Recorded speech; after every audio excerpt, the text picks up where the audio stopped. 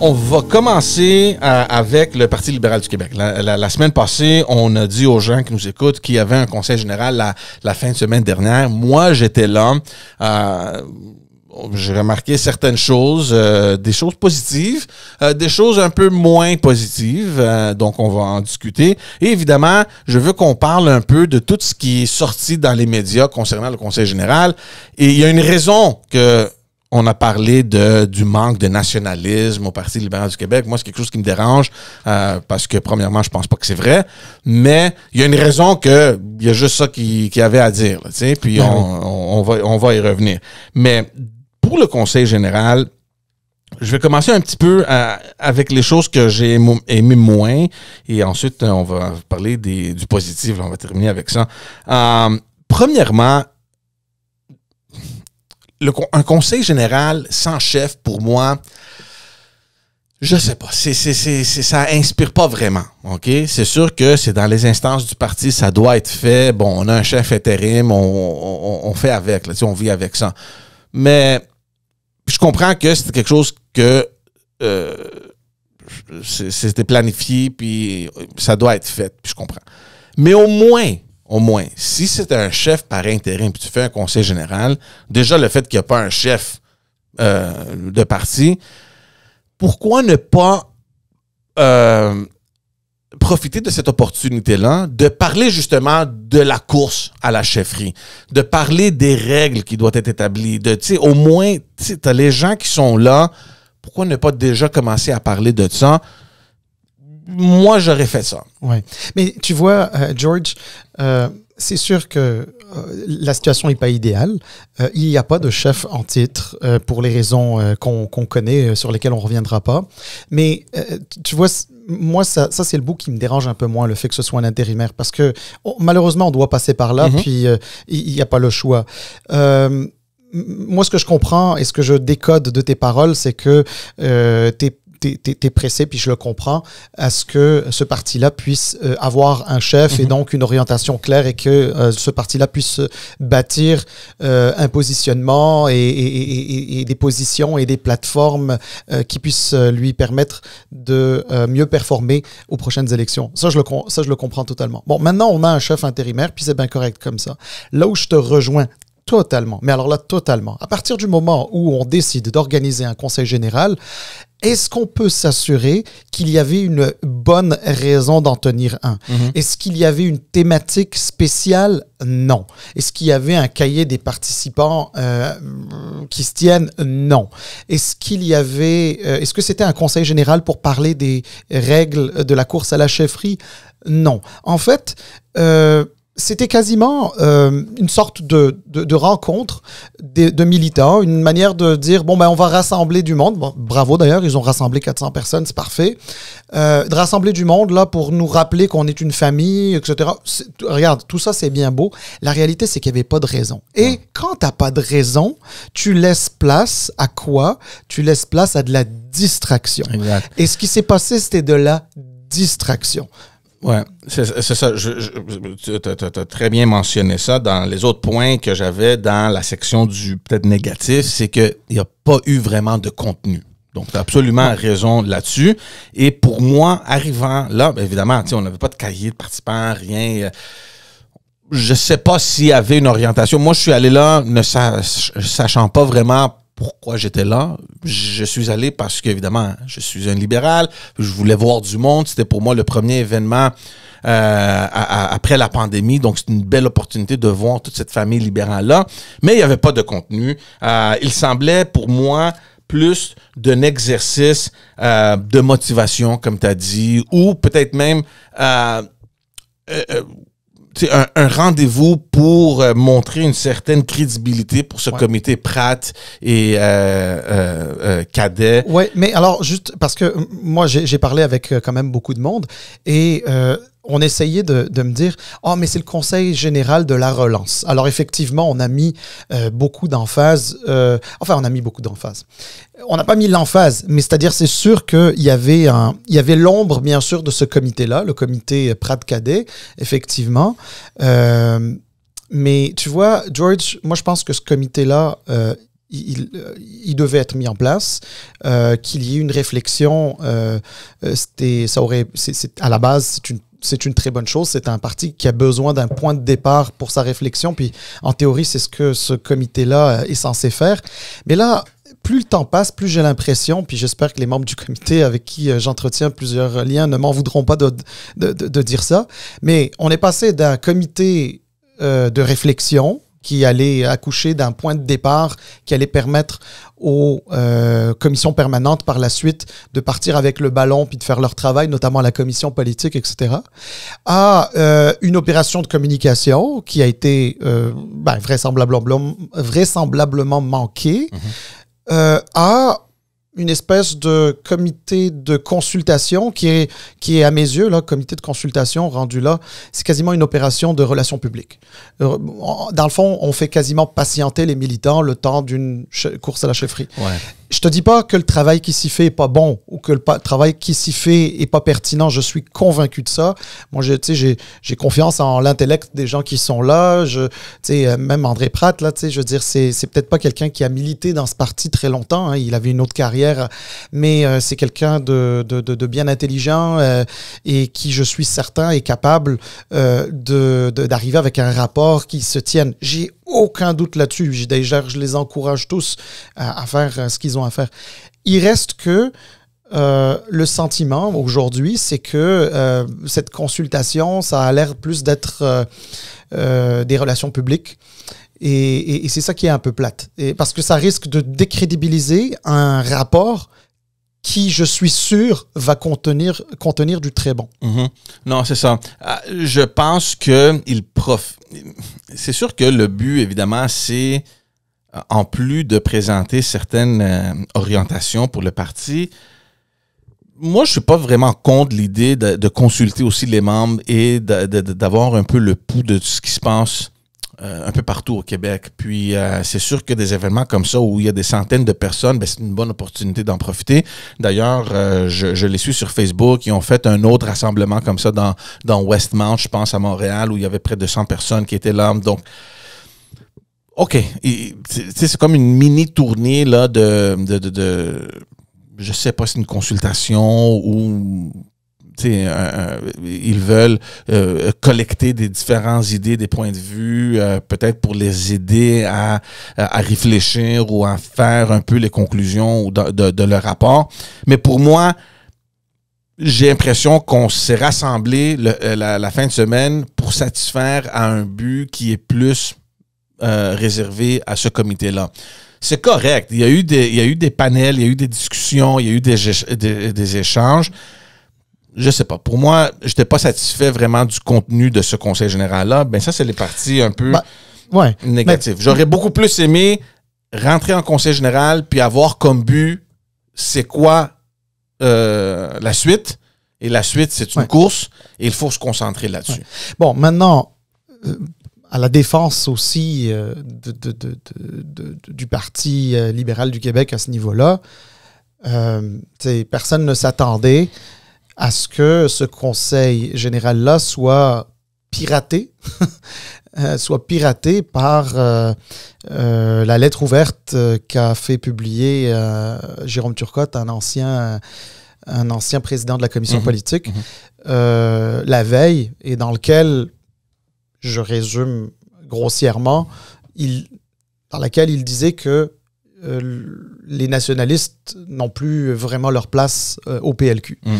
Mais on va y revenir justement parce que dans le fond, c'est la seule chose qui est restée. Okay? Et justement parce qu'il n'y a pas eu d'autres contenus. Exactement. Mais on a laissé place à distraction. C'est exactement ce que je dis. Exact. Mais avant d'arriver là, il y a eu pour moi au moins quelques positifs. Okay?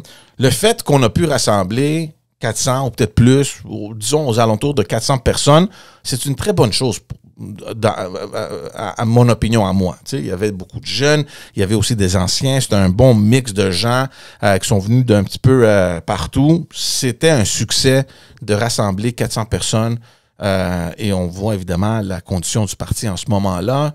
C'était bien. Il y avait, l'environnement était...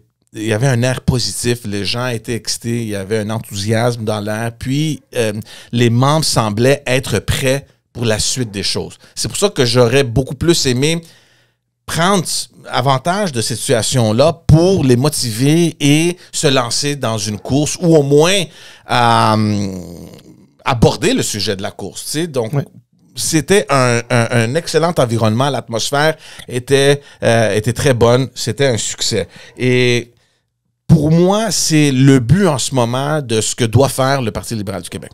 On ne peut pas cogner un circuit et du jour au lendemain changer les choses pour le bon là, tu sais, du parti. Ouais.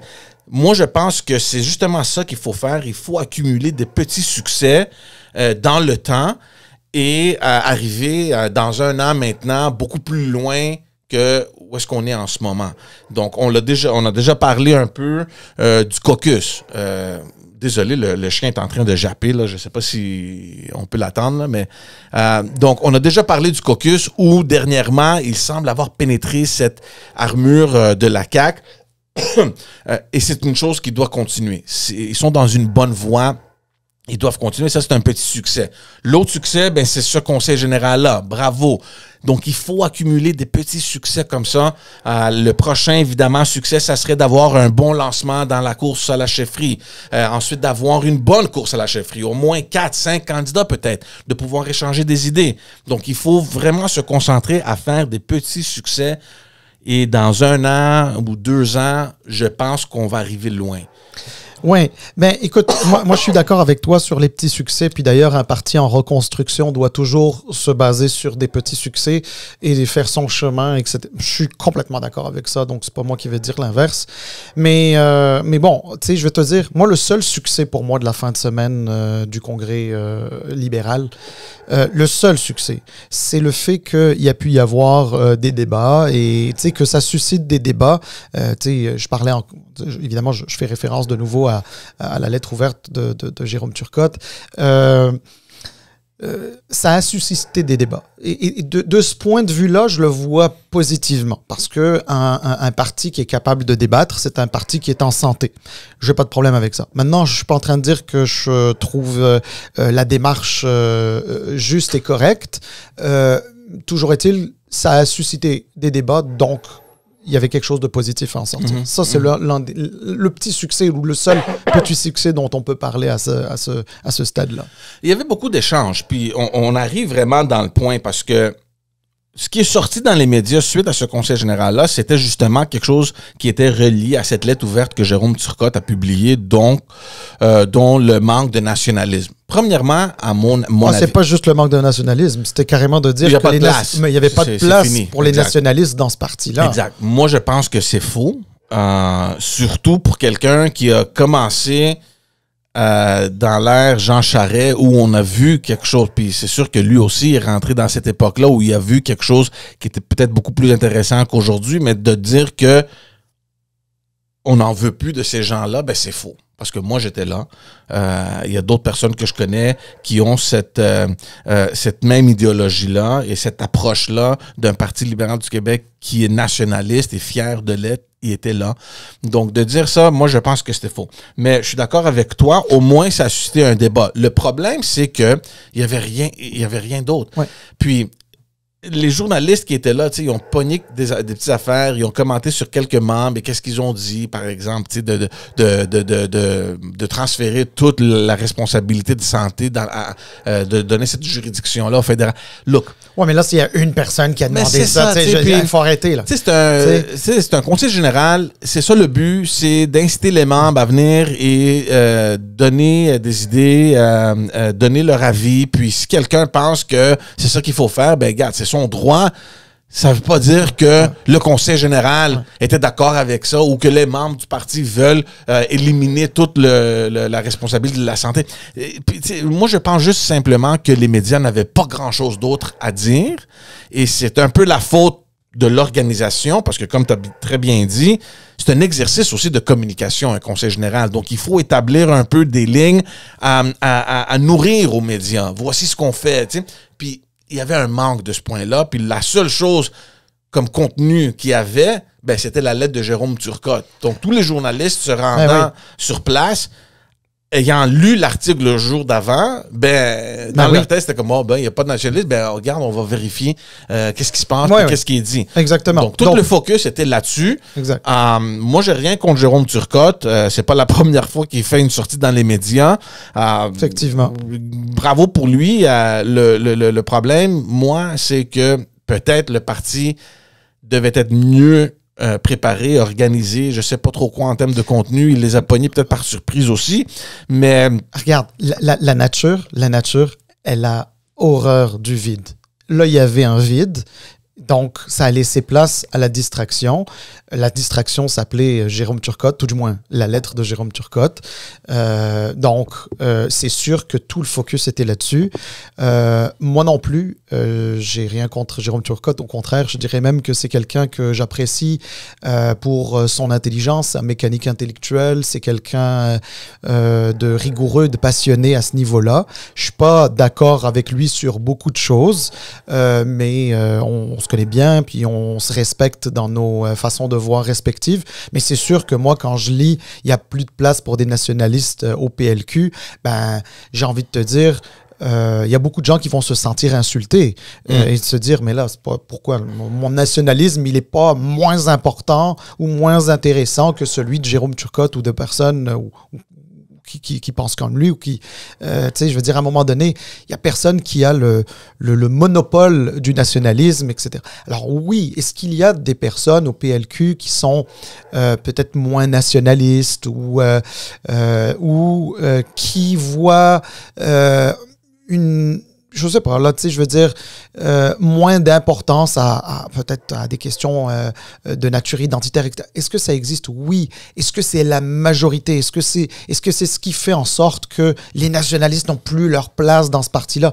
C'est pas vrai. C'est pas vrai. Puis, tu sais, il faut à un moment donné, je trouve ça juste un peu dommage parce qu'un gars aussi intelligent que Jérôme Turcotte, a mal choisi son moment, à mon avis, pour quitter, parce qu'il aurait pu, dans un premier temps, attendre de voir qu'est-ce que va contenir ce rapport Pratt. Je ne dis pas que nécessairement il va y avoir des solutions miracles. Hein. Il reste que c'est un petit comité qui va arriver avec un rapport qui va être le point de départ de quelque chose, mais il aurait peut-être pu attendre la fin de ces travaux-là, il aurait pu attendre l'élection d'un nouveau chef, voir quelle orientation ce nouveau chef allait donner, et à partir de là, dire « Ah, OK, mais il y a de la place ou plus de place pour des nationalistes au Québec. » Alors, moi, de donner un coup de pied dans la fourmilière, puis de s'en aller, avant de s'en aller, il est quand même venu au Conseil général après avoir dit « Je déchire ma carte ». Et il a volé tout le show. C'est-à-dire que le scrum, la mêlée de presse qu'il y avait autour de lui, moi, j'étais pas là, mais on m'a raconté puis on m'a envoyé des photos. Elle était genre 2 fois plus grande que la somme des scrums de tous les autres députés, de tous les députés. C'est sûr que les médias aussi, ils sont à la recherche du sensationnalisme, tu comprends? C'est sûr que les médias, regarde, c'est sûr que les médias aiment ça, puis, mais bref, je veux juste rester sur le fond. Sur le fond, là, c'est que, je m'excuse de dire qu'il y a des défaillances dans le nationalisme dans l'expression du nationalisme du PLQ actuellement. Ça ne fait pas de doute. Mais le problème du PLQ actuellement, la raison pour laquelle il n'est pas capable d'exprimer son nationalisme comme il se doit, c'est le fait que le PLQ se cherche lui-même.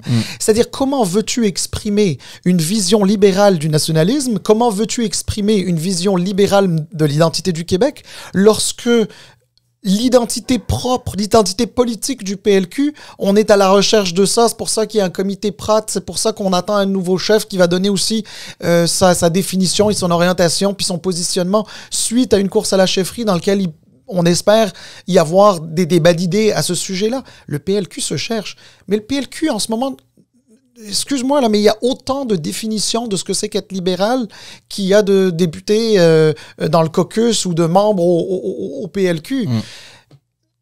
On peut pas... C'est la raison pour laquelle on le voit pas. Mais quand il va y avoir une orientation, quand le PLQ se sera redéfini, aura mis à jour son logiciel, là, ça va être possible d'exprimer une position. Puis d'ailleurs, je te redonne la parole là-dessus.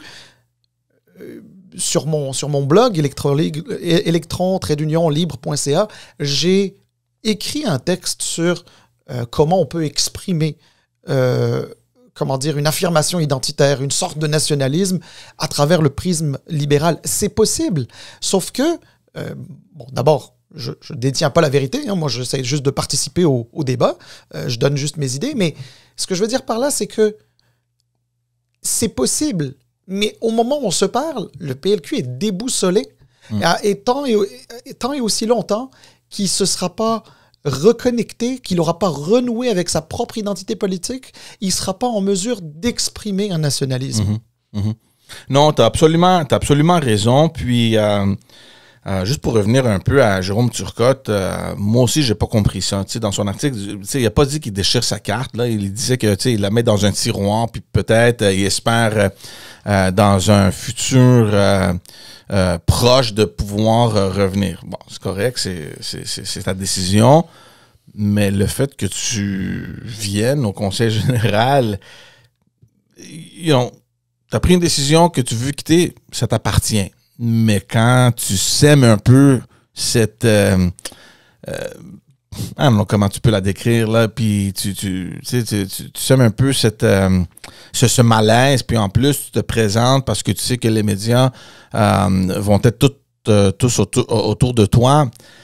Je ne sais pas si ça fait du bien au parti. Puis peut-être que c'est un discours important et un débat important à avoir et tout le monde est d'accord. Ah oui, non, mais son point de vue est absolument nécessaire. Exactement. Mais je suis d'accord avec toi tout simplement que donnons un peu de temps. Il y a plein d'autres choses aussi à réparer. Moi aussi, là, les dernières années, je me suis senti un peu éloigné du parti. Il y a eu évidemment des désaccords.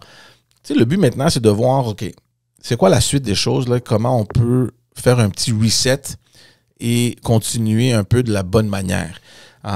Mais alors, tu sais, moi je pense que des gens intelligents, brillants, à l'image de Jérôme, ils devraient plutôt participer au débat.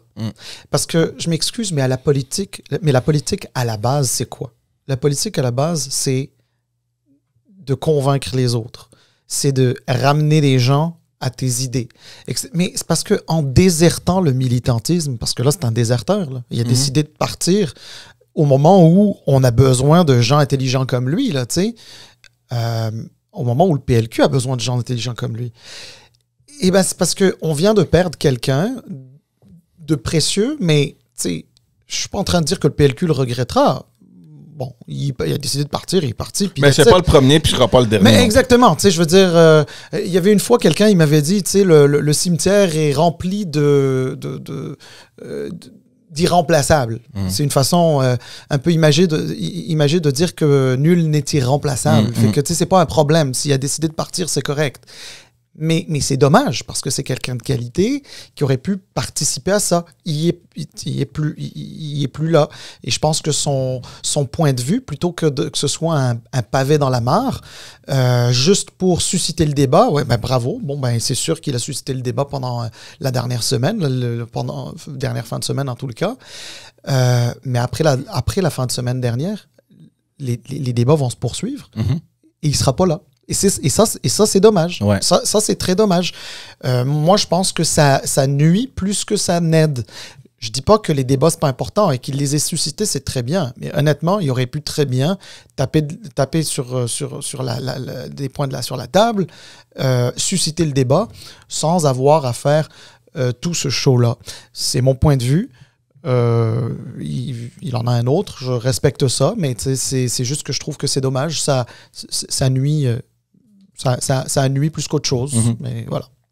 Juste pour finir sur un point positif, ce que j'ai beaucoup aimé au Conseil général, c'est de voir qu'il y a toujours une relève. Il y avait beaucoup de jeunes qui semblaient très excités d'être là, qui ont participé aux différentes discussions. Donc, c'est toujours une bonne chose. C'est rafraîchissant de voir un peu la jeunesse et les gens qui représentent cette relève-là. Et j'espère dans le futur qu'il y aura peut-être plus de monde. Mais pour un premier conseil général, je ne sais pas si c'est le premier, là, mais un des premiers après la pandémie, j'ai trouvé qu'ils ont en général, c'était du positif pour moi. Ben, qu'il y ait 400 personnes, déjà, honnêtement, bravo, là, franchement. Pour un parti qui est si mal en point, 400 personnes, c'est pas rien.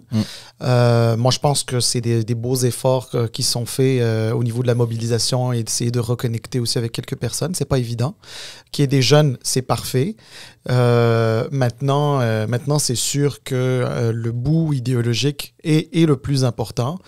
Oublie pas, hein, de plus en plus, les gens disent le PLQ, c'est une sorte de succursale du PLC au Québec. Je veux dire, c'est... Ça, il faut s'éloigner de ça. Mais effectivement, ça veut pas dire, attention, là, il va falloir quand même, le PLQ va falloir qu'il exprime quelque chose qui lui est propre, dans lequel peut-être des gens de différentes allégeances fédérales pourraient se retrouver, un peu comme ça a été le cas dans le passé, là, je veux dire, c'est pas, si on l'a fait dans le passé, on est capable de le faire encore. Mais tu sais, c'est important. Puis tu sais, à un moment donné, il faut arrêter. Quand on veut exprimer son nationalisme, c'est pas juste sur le dos du gouvernement fédéral. Il y a une raison pour laquelle, ce grand pays qu'est le Canada a un système fédéral. C'est parce que le territoire est énorme, il y a un partage des compétences, parce que c'est la manière la plus efficace de pouvoir gérer les besoins de la population d'une manière générale. Et c'est pour ça que c'est très important. Alors, à un moment donné, quand j'entends « Ah, on n'est pas nationaliste parce que je ne sais pas trop quoi, là, on veut laisser le fédéral. » Non. Il faut protéger ces champs de compétences, à la vie, à la mort, j'exagère bien sûr, mais c'est une manière de dire qu'il faut absolument le faire. C'est certain. D'autres provinces, d'ailleurs, le font. Tu sais, l'Alberta aussi n'aime pas ça que le fédéral mette son nez dans ses affaires. C'est tout à fait normal. Au Québec, encore plus, à cause de la question identitaire. Pas de problème avec ça. Mais il faut arrêter de voir le fédéral et les politiciens fédéraux comme des ennemis à la nation québécoise. Franchement, c'est n'importe quoi, là, tu sais, je veux dire. Non, je suis d'accord.